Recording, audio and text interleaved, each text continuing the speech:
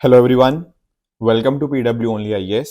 दोस्तों, स्वागत है आप सभी का आज के सेशन के अंदर, जहां पर हम 24 मार्च से लेकर 31 मार्च यानी कि लास्ट 1 वीक के अंदर जो भी कुछ इंपॉर्टेंट करंट अफेयर्स हैं विद रिगार्ड्स टू इकोनॉमी, उनको आज हम यहाँ पे डिस्कस करेंगे। चलिए स्टार्ट करते हैं आज की डिस्कशन। पहला हमारा टॉपिक है with regards to current account deficit. अभी आरबीआई के द्वारा डेटा रिलीज किया गया है। किस बात का डेटा? यहां बात हुई है थर्ड क्वार्टर की। अब आप जानते होंगे एक साल में 4 क्वार्टर होते हैं। जब हम बात करते हैं Q1 की, तो ये डिनोट करता है अप्रैल से जून तक का समय। Q2 होता है आपका जुलाई से सितंबर तक का समय। Q3 आपका रहता है अक्टूबर टू जनवरी। एंड उसी तरह से Q4 होता है आपका अक्टूबर टू दिसंबर होता है थर्ड, एंड जनवरी टू आपका मार्च होता है। ये होता है Q4। तो अभी जो डेटा आरबीआई ने रिलीज किया ना, वो Q3 का रिलीज किया, यानी कि अक्टूबर से दिसंबर के बीच का। अभी इसके लिए यहाँ पे आरबीआई ने ये बताया है कि भारत का जो करंट अकाउंट डेफिसिट था ना, उसमें एक कमी देखने को मिली है, जो कि एक अच्छी बात है। पहले हमारा करंट अकाउंट डेफिसिट ज्यादा होता था, अब वो हमने थोड़ा कम कर लिया है। अब $10.5 बिलियन के आसपास है, जो कि लगभग हमारी जीडीपी का 1.2% है। पिछले टाइम्स के अंदर ये लगभग 2% ऑफ जीडीपी भी रह चुका है। अब आपके दिमाग में आएगा, सर आखिर ये करंट अकाउंट डेफिसिट और बाकी चीजें होती क्या है? देखो, एक चीज होती है आपकी balance of payment. What exactly is balance of payment? देखिए, कुछ लोग इंडिया में हैं और बाकी इंडिया से बाहर है कि नहीं? अब बहुत सारी ऐसी चीजें होती हैं, बहुत सारी हमारी इकोनॉमिक ट्रांजैक्शंस होती हैं दूसरी कंट्रीज के साथ। अब कुछ चीजें हम इंपोर्ट करते हैं, बाहर से मंगाते हैं, कुछ चीजों को हम यहाँ पे एक्सपोर्ट करते हैं, राइट? तो ये सारी चीजों का ना एक बुक कीपिंग करना, कितना आया कितना गया, ये सारी चीजें बोलते हैं बैलेंस ऑफ पेमेंट। यहां पर आप इस पिक्चर के माध्यम से समझिएगा। जब मैं बात करता हूं बैलेंस ऑफ पेमेंट की, तो यहां पर दो कंपोनेंट्स आपको देखने को मिलते हैं। पहला है करंट अकाउंट, दूसरा है कैपिटल अकाउंट। जैसे फॉर एग्जांपल, करंट अकाउंट के अंदर एक इंपॉर्टेंट चीज आती है, दैट इज आपके विजिबल आइटम्स। जैसे फॉर एग्जांपल कच्चा तेल, क्रूड ऑयल, इसका सब देखेंगे, कितना इंपोर्ट कर रहे हैं, कितना एक्सपोर्ट कर रहे हैं। समझे? जैसे कच्चा तेल हम अच्छा खासा इंपोर्ट करते हैं, बाकी कार, मोबाइल, कंप्यूटर, गोल्ड, ये सारी चीजों का भी ट्रांजेक्शन देखा जाएगा। ये सारी चीजें तो वो हैं जो हमें दिखती हैं, which we can see with eyes, है ना? उसके अलावा आपकी सर्विसेज हो सकती हैं। जैसे फॉर एग्जांपल कई बार जैसे इंडिया में कुछ कॉल सेंटर्स वगैरह होते हैं, जो बाहर की कंट्रीज की कंपनीज को अलग अलग तरह की सर्विसेज प्रोवाइड करते हैं। आपका कुछ इनकम हो सकता है, मान लो आपकी कोई कंपनी है बाहर, मतलब आप हो एक इंडियन, रहते इंडिया में हो, पर कहीं ना कहीं आपकी कोई कंपनी से बाहर कोई आपने कंपनी बना रखी है, वहां से कुछ प्रॉफिट आ रहा है, इंटरेस्ट आ रहा है, डिविडेंड आ रहा है, इस तरह की चीजें। या फिर आपके कोई रिश्तेदार वगैरह दूसरी जगह पे हैं, तो वो आपको रेमिटेंसेस भेज रहे हैं, डोनेशन आ रहा है, कुछ गिफ्ट आ रहा है, ये सर्विसेज इनकम आपका ट्रांसफर, ये आ जाता है इनविजिबल के अंतर्गत। तो इस तरह से ना पूरा एक ट्रांजैक्शन का देखा जाता है कि भैया कितना इंपोर्ट हुआ, कितना एक्सपोर्ट हुआ। उस हिसाब से देखा जाता है कि क्या हम डेफिसिट में हैं या सरप्लस में हैं। अगर तो हम करंट अकाउंट के अंदर इंपोर्ट ज्यादा करवा रहे हैं एज कंपेयर टू एक्सपोर्ट, मतलब जितना सामान बाहर से आ रहा है वर्सेस जितना हम बाहर भेज रहे हैं, अगर वो ज्यादा है, तो आप नोटिस करोगे ऐसी चीज को हम बोलते हैं डेफिसिट, यानी कि एक घाटा है। ठीक है, हमारे लिए नुकसान है ना कि अगर हम इंपोर्ट ज्यादा कर रहे हैं। इसका अगर उल्टा होता है तो उसको बोलते हैं करंट अकाउंट सरप्लस। इस तरह से आपके कैपिटल अकाउंट वाली चीजें हो जाती हैं, जिसमें इन्वेस्टमेंट आ गया, आपके लोन्स वगैरह आ गए, आपके बैंक अकाउंट्स वगैरह आ गए, ये सब चीजें इस तरह से वर्क करती हैं। तो जो हमने अभी बात करी ना कि हमारा करंट अकाउंट डेफिसिट कम हो गया है, आई होप आप वो पॉइंट समझ गए होंगे कि मैं यहाँ पे इस चीज की बात कर रहा हूँ। ये वाला करंट अकाउंट डेफिसिट था, जो कि अभी हमें कम होता हुआ देखने को मिल जाएगा। अब आपके दिमाग में एक सवाल और आएगा, सर ऐसा हमने क्या कर दिया कि जिस वजह से करंट अकाउंट डेफिसिट हमारा कम हो गया? इसका कारण मेजर रहा है सर्विसेज। सर्विसेज का हमने जो एक्सपोर्ट था, वो कहीं ना कहीं हमने बूस्ट किया है। हमारी अच्छी खासी जो हमारी पॉलिसीज हैं, उस उन्होंने हमें यहाँ पे हेल्प करी है। This is how the current account deficit has come down. और भी कुछ रीजन है छोटे मोटे, बट मेजर रीजन हमें यही देखने को मिला है। इसके अंदर भी ना एक और कई बार टर्मिनोलॉजी न्यूज में आती है, that is with regards to twin deficit. Twin मतलब होता है दो। एक्चुअल में ना एक कंट्री की सिचुएशन काफी खराब कई बार हो जाती है जब उसका ट्विन डेफिसिट ज्यादा होता है। ट्विन कौन से ऐसे दो डेफिसिट हैं? एक तो देखो करंट अकाउंट, जो मैंने अभी आपको समझाया है, करंट अकाउंट डेफिसिट। एक होता है आपका फिस्कल डेफिसिट। फिस्कल डेफिसिट का मतलब क्या कि वहां की जो सरकार है, उसका कितना खर्चा कर रही है, माइनस उसका कितना टोटल कमाई कितनी है, एक्सक्लूडिंग द बोरोइंग्स। तो ये दो डेफिसिट्स को बोलते हैं हम ट्विन डेफिसिट। कई बार ऐसे ना इसके साथ क्वेश्चन आ सकता है कि ट्विन डेफिसिट के अंदर कौन कौन से दो डेफिसिट होते हैं, हम जो कंसिडर करते हैं तो आप उसमें बता दीजिएगा कि एक बात होती है आपकी करंट अकाउंट डेफिसिट की एंड दूसरा आपका आ जाएगा फिस्कल डेफिसिट की। यहाँ पे आप बात देख सकते हो, ठीक है। अलग अलग कारण हो सकते हैं करंट अकाउंट डेफिसिट होने के। कई बार देश में प्रोडक्टिविटी कम होती है, लो R&D होती है, ठीक है ना, उस वजह से कहीं ना कहीं बाहर से हमें ज्यादा इंपोर्ट करना पड़ता है।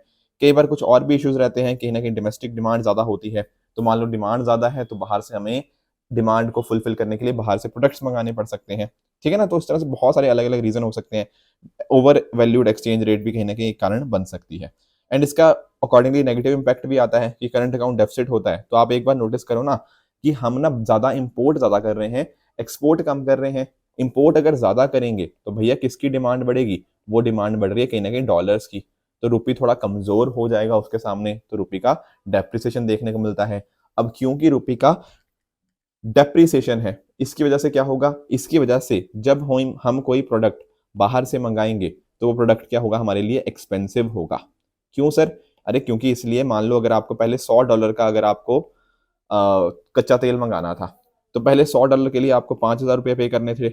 अब क्योंकि रुपया डेप्रिशिएट हो गया है तो हो सकता है $100 के लिए अब आपको ₹6,000 पे करने पड़े। तो कहीं ना कहीं उससे महंगाई आ सकती है, इंटरेस्ट रेट बढ़ सकते हैं, इकोनॉमिक ग्रोथ के ऊपर भी नेगेटिव इंपैक्ट आ सकता है। तो these are some of the things that you should know about balance of payment, current account deficit, क्या क्या चीजें होती हैं। करंट अकाउंट और कैपिटल अकाउंट का जो फर्क है ये तो हमने इकोनॉमिक की स्टैटिक क्लासेस के अंदर भी डिस्कस करा ही हुआ है, बट आई होप आप अब भी आज समझ गए होंगे कि किस तरह से यहाँ पर आपका good services, transfer payment, net income, factor income, remittances, ये सब देखने को मिलते हैं। आपका जो करंट अकाउंट नहीं, यहाँ पे आएगा कैपिटल अकाउंट। कैपिटल अकाउंट के अंदर आपके जो बोरिंग्स होती हैं, लेंडिंग्स होती हैं, इन्वेस्टमेंट, ये सब चीजें देखने को मिल जाती हैं। एक चीज और, काफी सारे स्टूडेंट्स पूछते हैं सर इसके अगर हमें PDF चाहिए हो, अगर हमें रिवाइज करना हो तो वो कहाँ पे मिल पाएगी? तो दोस्तों हमारा जो टेलीग्राम चैनल है मेरा, ऋषभ शर्मा सर PW, इस टेलीग्राम चैनल के ऊपर आप जाकर इस PDF को तो एक्सेस कर ही सकते हो, plus at the same time और भी जो आपका यूजफुल कंटेंट होता है, ठीक है ना, आपके UPSC प्रीलिम्स के लिए या मेंस के लिए, वो मैं डेफिनेटली यहाँ पे शेयर करता हूँ, तो उनके लिंक्स एंड बाकी चीजें भी आपको यहाँ पे मिल जाएंगी। अगले टॉपिक की तरफ बढ़ते हैं, पेरिस क्लब के बारे में थोड़ा डिस्कशन कर लेते हैं। देखो दरअसल में ना श्रीलंका, आप जानते हो श्रीलंका की इकोनॉमी की हालत पिछले कई सालों से काफी खराब है, और श्रीलंका ने अलग अलग कंट्रीज से कर्जा भी ले रखा है, जिसमें इंडिया भी एक है, चाइना है, और भी इस तरह से बहुत बहुत सारी कंट्रीज हैं, जिसमें एक पेरिस क्लब का ग्रुप भी है। पेरिस क्लब के बारे में थोड़ी मेजर चर्चा करेंगे, बट बिफोर दैट आप जानते होंगे कि जैसे चाइना कभी किसी कंट्री को लोन देता है तो क्या करता है, उसके कहने की कोशिश ये होती है यार इस तरह से लोन दिया जाए कि कल को या तो उसका आइलैंड हथिया लो, कुछ उसका पोर्ट हथिया लो, इस तरह की चीजें करो। डेट ट्रैप जिसको हम डिप्लोमेसी भी हम बोलते हैं IR की टर्म्स के अंदर। पर आप जानते हो इंडिया तो ऐसा बिल्कुल भी नहीं करता। हमारी ये कोशिश होती है कि अगर किसी को हम कहीं ना कहीं कर्जा दे रहे हैं ना, तो उससे उसकी मदद हो, उससे वो कंट्री भी डेवलप करे, ये हमारी मेजर यहाँ पे कोशिश होती है। पर क्योंकि आप जानते हो श्रीलंका की हालत पिछले कुछ समय में काफी खराब है, उनकी इकोनॉमी काफी खराब है, तो इंडिया ने एंड साथ साथ पेरिस क्लब ने मिलकर ये यहाँ पे कोशिश करी है कि किस तरह से ना थोड़े समय के लिए हम छूट दे दें इनको, कि भाई अगर कोई बात नहीं, अगर आपने कर्जा ले भी रखा है तो थोड़े समय तक आपको उसको रिटर्न करने की जरूरत नहीं है।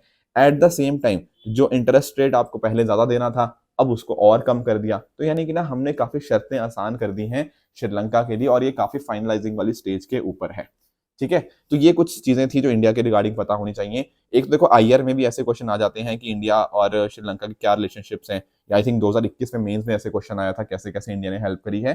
तो इस तरह के पॉइंटर्स आप वहां पर भी यूज कर सकते हो। But plus at the same time ये जो पेरिस क्लब जैसी चीजें हैं ये आपको प्रीलिम्स में भी पूछी जा सकती हैं कि पेरिस क्लब आखिर है क्या। मैं आपको थोड़ा समझाता हूँ। देखो जब मैं बात करता हूँ ना पेरिस क्लब की, दरअसल में इसकी स्टार्ट होती है अराउंड 1956 के अराउंड। उस टाइम अर्जेंटीना ने ना अलग अलग कंट्री से लोन ले रखे थे, तो उसने सारी कंट्रीज को साथ में किया और पूछा कि कैसे हम कहीं ना कहीं अब ये इसका जो लोन मैंने लिया हुआ है इसको हम कैसे रिजॉल्व कर सकते हैं। तो इस वजह से पेरिस के अंदर एक मीटिंग होती है, जिस वजह से एक नाम उसका क्लब का पड़ जाता है, क्या? पेरिस क्लब, ठीक है। क्या है ये? Informal group of creditor Nations है, ठीक है।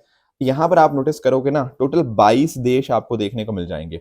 इंटरेस्टिंग चीज समझना, ये 22 देशों के अंदर ज्यादातर कंट्रीज आपकी वेस्टर्न यूरोपियन और स्कैंडिनेवियन देश हैं, पर Russia is also a member of Paris club. यहां पर आप इस पिक्चर के अंदर देख भी पाओगे, ये यहां पर ना ध्यान से समझना, ये जो डार्क ग्रीन वाली कंट्रीज है ना, these are full time members of Paris Club. जो आपकी लाइट ग्रीन वाली जैसे कुछ कुछ कंट्रीज हैं, ये आपकी क्या है, ये आपकी एडहॉक बेसिस के ऊपर इसके अंदर पार्टिसिपेट करती हैं। तो ध्यान रखना इंडिया मेंबर नहीं है, इंडिया एडहॉक बेसिस पे पार्टिसिपेट करता है। बाकी रशिया हो गया, यूएसए हो गया, कनाडा हो गया, बाकी और स्कैंडिनेवियन कंट्रीज को भी आप यहाँ पे देख पाओगे, वेस्टर्न यूरोपियन कंट्रीज भी मेजरली इसकी मेंबर देखने को मिल जाती हैं। तो this is known as Paris Club, जो कि कोशिश करता है कि अगर मान लो किसी कंट्री ने लोन लिया हुआ है पर वो लोन नहीं रीपे कर रहा, उसके रिगार्डिंग हम कैसे वर्केबल सॉल्यूशंस निकाल सकते हैं। ये एक इनफॉर्मल ग्रुप इस तरह से बन जाता है। कई बार ना आपने सुना होगा जैसे एक पेरिस क्लब होता है, उसी तरह से एक लंदन क्लब भी होता है। तो कुछ अंतर है क्या सर इन दोनों में? Answer is yes. देखो पेरिस क्लब तो आप लोग समझ गए होंगे कि 22 देशों का समूह है जो इस तरह से लोन वगैरह देता है, एंड अगर कोई कंट्री लोन नहीं रीपे कर पा रही तो उसके लिए सोल्यूशन ढूंढने की कोशिश करता है। लंदन क्लब में ना, अब लंदन आप मुझे बताओ लंदन क्यों फेमस है? सर लंदन में ना बहुत बढ़िया बढ़िया बैंक्स हैं, बहुत बड़े बड़े बैंक्स के हेडक्वार्टर्स आपको यहाँ देखने को मिल जाएंगे। लंदन फाइनेंस का एक बहुत मेजर सेंटर देखने को मिलता है। बिल्कुल सही बात है। तो लंदन क्लब ना, लंदन क्लब में आपके देश नहीं है, लंदन क्लब में कौन है? बैंक। समझे? It is similar to Paris club, but London club में countries are not the members, the banks are the members of the London club. वो वहां पे लोन वगैरह देते हैं। समझे इस बात को? तो ये लंदन क्लब और पेरिस क्लब के बीच में कंफ्यूज मत होना, these are two separate things. Paris club में countries are the member, London club में आपके बैंक मेंबर होते हैं। आगे बढ़ते हैं। RBI modifies norms for lenders having exposure to AIF. देखो एआईएफ क्या है? Alternative investment fund. क्या आप इन्वेस्टमेंट समझते हो? बिल्कुल सर। आप देखो अलग अलग चीजों में इन्वेस्ट करते हो, कोई शेयर में करता है, कोई बॉन्ड में करता है, कोई गोल्ड में करता है, कोई रियल एस्टेट में करता है। पर ये तो इस तरह की चीजें होती हैं, थोड़ी जो ट्रेडिशनल तरह की इन्वेस्टमेंट होती है जो लोग करते ही आ रहे हैं काफी सालों से। पर धीरे धीरे हमने सोचा कि नहीं यार, इसके अलावा भी तो और पर्टिकुलर कुछ सेक्टर्स हो सकते हैं। बिल्कुल, इसीलिए इसका नाम क्या है? ऑल्टरनेटिव। कि हम सोच रहे हैं कि कुछ और ऑल्टरनेटिव हो इन्वेस्टमेंट की अपॉर्चुनिटीज। फॉर एग्जाम्पल मैं आपको कुछ बताता हूँ। जैसे कईयों का होता है कि यार इंफ्रास्ट्रक्चर के अंदर हम इन्वेस्ट करें, राइट? कुछ वेंचर कैपिटल फंड की तरह इन्वेस्ट करें, या फिर एंजल फंड्स की तरह, या फिर प्राइवेट इक्विटी फंड्स हो गया, हेज फंड्स हो गया। ये सब क्या है? ऑल्टरनेटिव इन्वेस्टमेंट फंड्स हैं। ठीक है, ये कुछ नॉन ट्रेडिशनल इन्वेस्टमेंट, कुछ तो होता है ट्रेडिशनल जो हमेशा से होते आ रहे हैं, कुछ होते हैं नॉन ट्रेडिशनल जो कुछ नए कुछ तरीके होते हैं। उनके अंदर इन्वेस्टमेंट करने के ये अलग अलग तरीके हैं एआईएफ के। तो यहाँ पे टोटल 3 कैटेगरीज देखने को मिलती हैं, कैटेगरी 1, कैटेगरी 2, कैटेगरी 3। कैटेगरी 1 के अंदर आपके infrastructure fund, venture capital fund ये सब आ जाते हैं। कैटेगरी 2 के अंदर आपके प्राइवेट इक्विटी फंड्स वगैरह आ जाते हैं। कैटेगरी 3 के अंदर आपके हेज फंड्स वगैरह आ जाते हैं। ध्यान रखने वाली बात ये है कि जो एआईएफ होते हैं, ये आपकी जो सेबी है, securities and exchange board of India, उसकी रेगुलेशंस के अंदर ये काम इनके अंतर्गत होता है। Very very important point. हालांकि अभी जो रूल्स वगैरह मॉडिफाई किए हुए हैं कुछ नॉर्म्स, वो आरबीआई ने किए हैं, पर ये ऑपरेट किसकी गाइडलाइंस के अंदर करते हैं? These are operated under SEBI regulations of 2012। ये लाइन आपको बिल्कुल भी बिल्कुल नहीं भूलनी है। तो क्या होता है? लोग मिलकर एक पूल बनाते हैं, मतलब इकट्ठा होके एक तरह के इन्वेस्टमेंट पूल बनाते हैं, उसको बोलते हैं ऑल्टरनेटिव इन्वेस्टमेंट फंड। यहाँ पर इंडियन इन्वेस्टर्स भी हो सकते हैं, फॉरेन इन्वेस्टर्स भी हो सकते हैं। तो इस तरह से मिलकर ये फंड बनाते हैं। एंड ये फंडिंग का जो स्ट्रक्चर होता है, ये कंपनीज के अंतर्गत भी हो सकता है, एलएलपी के माध्यम से या ट्रस्ट के माध्यम से भी हो सकता है। ठीक है ना? एलएलपी आप जानते होंगे, लिमिटेड लाइबिलिटी। लाइबिलिटी होती है जिम्मेदारी, या फिर कुछ रिटर्न करना हो तो उसमें अंदर किसकी कितनी कितना किसका रिस्पॉन्सिबिलिटी है, उसी को बोलते हैं ना लाइबिलिटी। तो यहाँ पर ना लाइबिलिटी लिमिटेड होती है। कहने का मतलब क्या? कि अगर मान लो कंपनी दिवालिया हो जाएगी तो वो इंसान खुद रिस्पॉन्सिबल नहीं है कि उसका घर बेच के उसका लोन चुकता करे, नहीं। His ownership is limited to a certain extent only, उसके पर्सनल वाली चीजें यहाँ पे इंक्लूड नहीं होती। तो ये कुछ पॉइंटर्स थे आपको एआईएफ के बारे में। मैंने आपको जैसे बताया 3 तरह की इसकी कैटेगरीज हम यहाँ पे देख पाएंगे। पहले वाली कैटेगरी स्टार्टअप्स हो गया, आपके इंफ्रास्ट्रक्चर हो गया, इस तरह की चीजों के अंदर हो गया। कैटेगरी 2 में इक्विटी एंड डेट सिक्योरिटीज वगैरह के अंदर होता है। कैटेगरी 3 के अंदर इस तरह से आप समझ पाओगे। 3 कैटेगरीज आपको यहाँ पे देखने को मिल जाएगी। अब आपके दिमाग में एक सवाल और आएगा कि भैया ऑल्टरनेटिव इन्वेस्टमेंट फंड के अंदर इन्वेस्ट करना ही क्यों है? क्योंकि आप एक बात सोचो, आप हमेशा से एक ही तरह की चीजों के अंदर इन्वेस्ट करते आए हो। अब आपको लगता है नहीं यार, इसके अलावा भी कुछ नई अपॉर्चुनिटीज होंगी मार्केट के अंदर, हम उसमें इन्वेस्ट करते हैं। तो कहीं ना कहीं आप अपने पोर्टफोलियो का ना डाइवर्सिफाई करते हो। डाइवर्सिफाई मतलब सिर्फ एक ही जगह पैसे नहीं डालते। Don't keep all your eggs in one basket. आप अलग अलग जगह उसको डाइवर्सिफाई करने की कोशिश करते हो, अलग अलग इन्वेस्टमेंट ऑप्शंस के अंदर डाल के पैसा कोशिश करते हो, ताकि आपका रिटर्न्स अच्छे खासे आए एंड इससे आपको टैक्सेशन के भी बेनिफिट्स मिलते हैं। तो these are some of the things regarding alternative investment fund. आगे बढ़ते हैं नेक्स्ट टॉपिक की तरफ, that is CPCB green funds. देखो दरअसल में इकोनॉमी के अंदर आपका एक टॉपिक आता है सस्टेनेबल डेवलपमेंट, तो उसी के साथ लिंक होता हुआ ये टॉपिक है।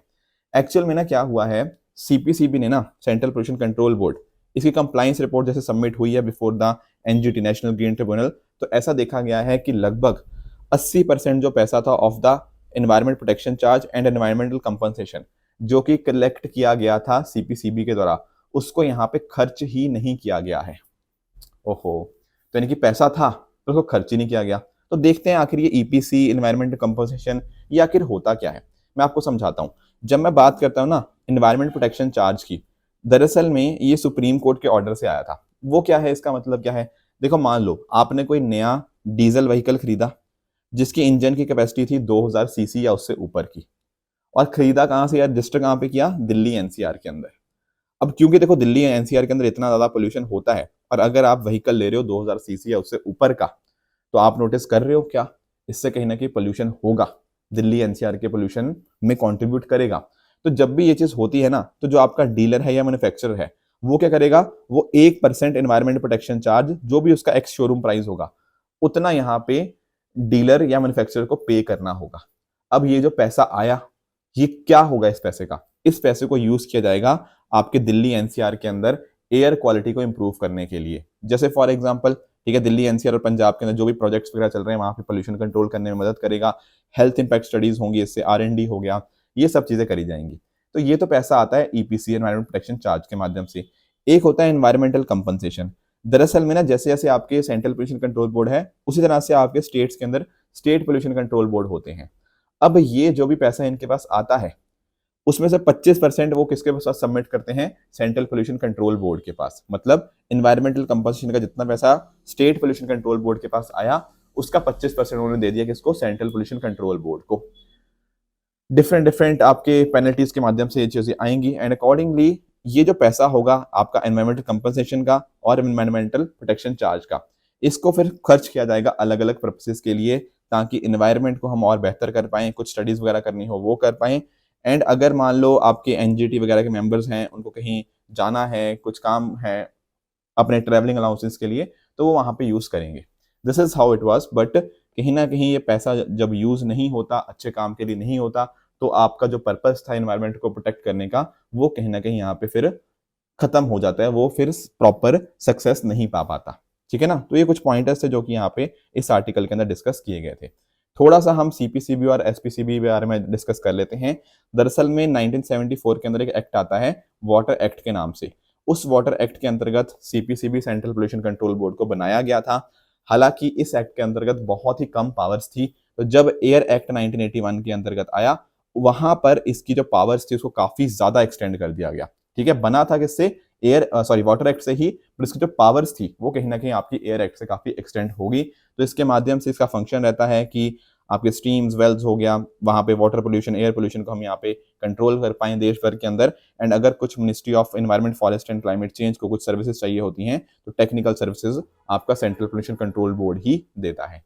तो जैसे सेंट्रल पोल्यूशन कंट्रोल बोर्ड है, उसी तरह से हमारे पास स्टेट पोल्यूशन कंट्रोल बोर्ड भी देखने को मिल जाएंगे। सिमिलर तरह से ये भी कॉन्स्टिट्यूट किए गए हैं कि वाटर एक्ट के थ्रू ये बने थे, स्टैट्यूटरी अथॉरिटी है इसलिए, एंड एयर एक्ट के माध्यम से कहीं ना कहीं इनकी जो पावर्स थी उनको एक्सटेंड कर दिया गया। इनके जो भी मेंबर्स होते हैं वो स्टेट गवर्नमेंट ही नोटिफाई उनको नॉमिनेट करती है, एंड जो भी लॉज वगैरह होते हैं उनको इंप्लीमेंट करने का काम यहाँ पे रहता है। इसके साथ ही जो आपकी यूनियन टेरिटरीज होती हैं, वहां पर स्टेट पोल्यूशन कंट्रोल बोर्ड तो हो नहीं सकता, तो वहां पर क्या होता है? पीसीसीस, पोल्यूशन कंट्रोल कमेटी, वहां पे वर्क करती हैं। आई होप ये जो टॉपिक्स थे आज के आपको समझ आए होंगे। कुछ क्वेश्चन डिस्कस कर लेते हैं। लास्ट हफ्ते मैंने आपको 2 क्वेश्चंस दिए थे, उनके आंसर एक बार डिस्कस कर लेते हैं। पहला क्वेश्चन था कि मान लीजिए अगर कोई इकोनॉमी हाई सेविंग इकोनॉमी भी है, पर तब भी हो सकता है कि कैपिटल फॉर्मेशन की वजह से भी आपका आउटपुट इंक्रीज ना करे। इसका कारण क्या रहता है? देखो, इसका कारण रहता है कैपिटल आउटपुट रेशो। ठीक है ना? होता क्या है ना कि मान लो अगर आपने अपना आउटपुट 1 यूनिट इंक्रीज करना है, तो 1 यूनिट इंक्रीज करने के लिए कितना आपको कैपिटल चाहिए? How much capital do you require? अब आप मुझे बताओ, आपको क्या करना है? आउटपुट 1 यूनिट इंक्रीज करना है। अगर इसके लिए आपको कैपिटल ज्यादा चाहिए होगा, यानी कि हाई कैपिटल आउटपुट रेशो चाहिए होगा, तो उससे आपका नुकसान ही है। पर अगर आपके कैपिटल कम चाहिए होगा एंड उससे आप 1 यूनिट इंक्रीज कर लोगे अपना output, that is the most efficient thing. पर इंडिया में क्या होता है? इंडिया में जनरली जो कैपिटल आउटपुट रेशो है ना, वो ज्यादा होती है। इस वजह से अगर आपके पास ज्यादा कैपिटल भी है, बट क्योंकि उस कैपिटल को आप आउटपुट के अंदर कन्वर्ट करने के अंदर इनएफिशिएंट हो, इस वजह से आपका हो सकता है आउटपुट इंक्रीज ही ना करे या बहुत ही कम इंक्रीज करे। इस वजह से इसका आंसर बनेगा option number D, high capital output ratio. दूसरा सवाल जो मैंने आपसे पूछा था कि इनमें से कौन सी ऐसी चीज है जो कि इशू की जाती है by registered foreign portfolio investors to overseas investors जो कि इंडियन स्टॉक मार्केट का पार्ट बनना चाहते हैं विदाउट रजिस्टरिंग देमसेल्फ डायरेक्टली। देखो कई बार क्या होता है ना, कुछ इन्वेस्टर्स ऐसे हो सकते हैं जो सेबी या बाकी और चीजों के साथ रजिस्टर नहीं करना चाहते, तो वो ना पार्टिसिपेटरी नोट के माध्यम से क्या कर सकते हैं, इंडियन मार्केट्स के अंदर इन्वेस्ट कर सकते हैं, वो इसका पार्ट बन सकते हैं ताकि उसका प्रॉफिट उनको मिलता रहे, पर इस माध्यम से उनको यहाँ पे रजिस्टर करने की जरूरत नहीं पड़ती। काफी सारे कंसर्न्स भी आपके पी नोट्स के रिगार्डिंग कई बार बताए जाते हैं, जैसे for example one of the things is anonymity, हमें पता ही नहीं है कि अक्सर उसका मालिक कौन है, किसके पास वो शेयर्स हैं, एंड कहीं ना कहीं इस वजह से मार्केट में वोलेटिलिटी या उतार चढ़ाव की सिचुएशंस भी देखने को मिल जाती हैं। तो ये थे लास्ट वीक के क्वेश्चन। इस वीक के जो क्वेश्चंस हैं उनका पहला क्वेश्चन आपके सामने है, दिस इज क्वेश्चन नंबर 1, जिसका नीचे मुझे कमेंट सेक्शन के अंदर आप मुझे होमवर्क के माध्यम से बताओगे कि आपके हिसाब से इनमें से कौन सा ठीक है एंड कौन सा गलत है। दूसरा होमवर्क आपका रहेगा आपका कैपिटल एडिक्वेसी रेशियो के रिगार्डिंग, इसका आंसर भी मुझे आप नीचे कमेंट्स में बता सकते हो कि आपके हिसाब से इनमें से कौन सा ठीक है एंड कौन सा गलत है। तो दोस्तों ये थी आज की डिस्कशन। आई होप आपको आज का सेशन बहुत अच्छे से समझ आया होगा। इसी तरह से आप भी अपने एंड पे हार्डवर्क करते रहिए। Thank you very much for the discussion.